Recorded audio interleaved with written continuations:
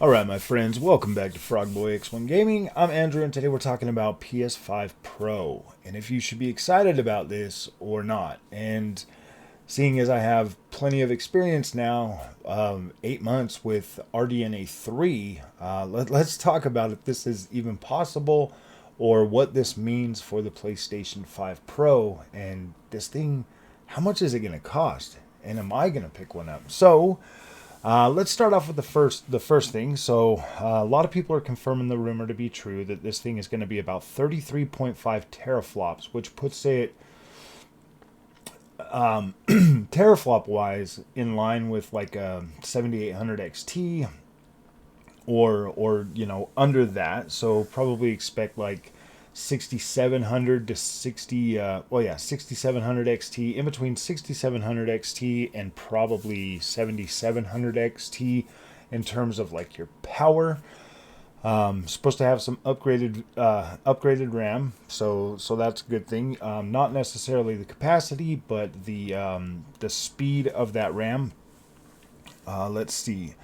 Basically, they're claiming like a 45% rendering performance improvement over the PS5. So basically, in my experience with the AMD RDNA 3 platform, well, here's the biggest thing that we got to understand.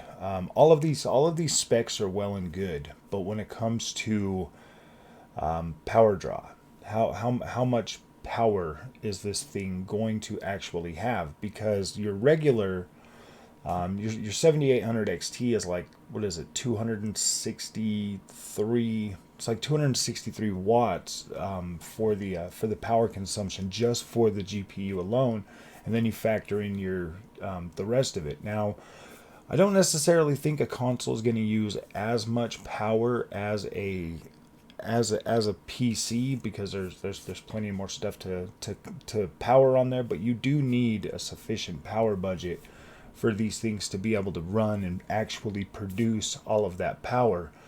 And don't worry, we'll get into the PlayStation Spectral Upscaler or whatever that thing's called. Let me see what it's called. Like, this is going to be like the new SSD for PlayStation Spectral Super Resolution PSSR.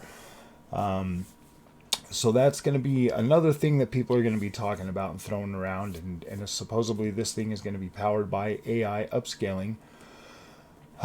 This sounds like a pretty decent upgrade over the PlayStation 5. Is it going to give you 4K 120? I seriously don't think that's, going to be the case, but it should in theory boost the PlayStation 5 to at least, because I mean, if we're really talking about this in terms of, like overall system power, the 7800 XT that I have right now, which is 263 watts, 60, what is it, like 60 freaking CUs. It's got pretty much all of this sounds pretty close, like in terms of what it can do. This sounds pretty close to what the 7800 XT is, and I don't want to tell you guys that it's going to do what my 7800 XT can do, because I don't think it's going to be at that level. I do think it's going to be under that. But here's the thing. This 7800 XT can absolutely run games at 4K. Some games better than others. Sometimes you're definitely using like FSR3 or other things. It easily runs 1440p, like no problem. Like you should be able to get a 1440p experience at above 60 frames per second on the PlayStation 5 Pro. I mean, like, that's kind of probably the target range that I would expect. But here's the thing, man. If they upscale from like 1440p, that's not too bad, to be completely honest with you. But if you're looking to upscale from like lower resolutions and stuff like that, it's just going to really depend mostly on the game engines themselves. Some of them are doing actually pretty well. I think this thing would do pretty dang good with Unreal Engine 5. I think it would do pretty good with, like Resident E or RE Engine, stuff like that. I mean, this sounds like a pretty decent upgrade for a PlayStation 5 Pro, but this thing's not gonna be cheap. You're not paying $500 for this console. And I don't think that Sony could make and produce this console for anything under $700-800, and that's them actually taking a loss on each system. You're looking more at $1,000 minimum for this.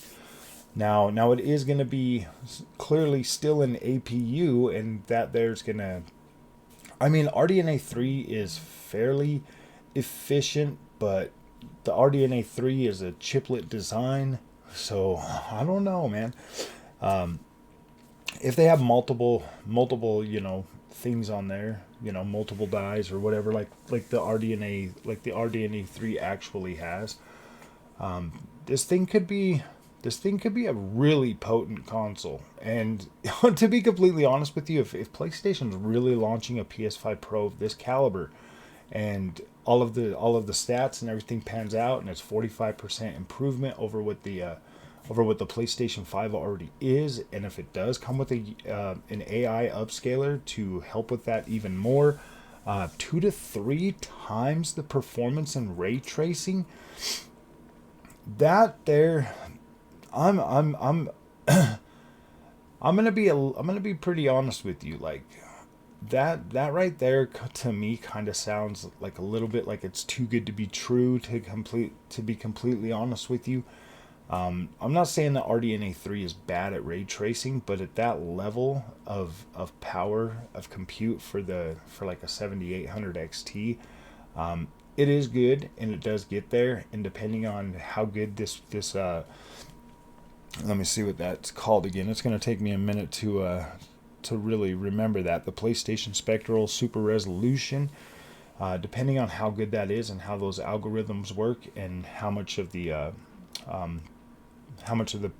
rendering that it actually helps with, you could potentially see, I would say at least, well, I mean, we're going from the PlayStation 5 up to that. Maybe it's possible, maybe it's not. I don't actually know, because the ray tracing experience that we already have on our place, or on our RDNA 3 cards, is good, it is usable, and it depends 100% depends on the game engine that it's actually running on.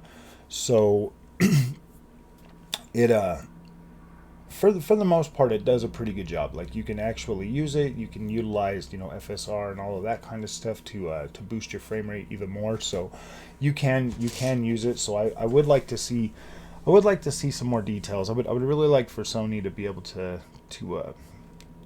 start talking about this thing pretty soon. It sounds like third-party developers have had it since the first of the year in January. It sounds like Sony first-party studios have had it since like September. So this is interesting, and it is going to be kind of interesting to see this thing launch without any games actually, any PlayStation first-party games launching with it. I mean, I don't necessarily think that's a bad idea or a bad deal, but at the same time, when you get a new system like this, you're definitely going to want to see something launch with it. Well, with all of the games coming out this generation so far, they've had dynamic resolution, and they've had dynamic frame rate. We'll call it dynamic frame rate. Kind of bounces all over the place.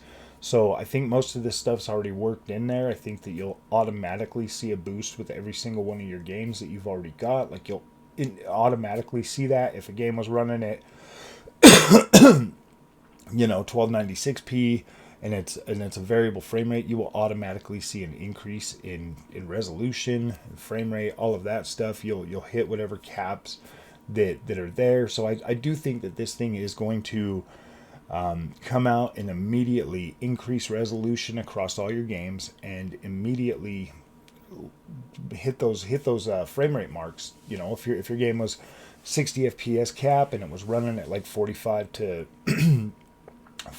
frames or whatever, you're easily going to hit your 60 frames per second. If it was running at 120 frames, and it was, if it's 120 frame cap and it was running at like 80 frames, 90 frames, I think you'll easily be able to hit that 120 FPS mark, or at least get significantly closer to it, as well as boosting the resolution no matter which way you go. And one thing with the testing, RDNA 3. So I have a 7600 XT, which is like their 1080p card for AMD. I have the 7800 XT and the 7900 XT, and I could tell you right now that once you factor in like all of your resolution and visuals and all of that stuff, the visual experience is consistent across the board. So your graphics can only get so good. I mean, the rest of the point in there is going to be upping your frame rate, to be completely honest with you, because I think that easily 33.5 teraflops of power is easily enough to give you 4K visuals at the max settings. Like it really is. It really is enough power to do that. I've seen it with my own eyes, with my own hardware. I can run all these games at 4K max settings on all three of these cards. But some of them, I mean, like obviously the 7600 XT isn't going to be running anything, above, except for like older games and stuff. You are, and that's, what was that, 22 teraflops of RDNA 3 power, and that one there pretty much runs things at, it'll run it at 4K, but you're looking more around the 30 frames per second, maybe even a little bit lower on that, depending on the game and the engine. But like your 7800 XT can comfortably run games at 4K resolution. And again, that one, 30 to 40 frames a second. And then your 7900 XT, that one easily runs 4K games. But yeah, it's always a frame rate thing, and your CPU does have a lot to do with that as well. And if they don't upgrade the CPU a whole lot, that there's going to continue to be the bottleneck for the PlayStation 5 Pro, which is, both of them are dependent on giving you higher frame rate, both of them. So this is pretty exciting. I'm not gonna try to sit here and tell you that this isn't exciting, but this thing is going to be expensive, and you are gonna have to probably deal with the scalpers to get one of these things at launch. So I wish you guys the best of luck, and I'm definitely considering picking one up at the same time for the channel. So if you guys like this content, don't forget to like and subscribe, man. I'll see you guys in the next one. Thank you so much for watching.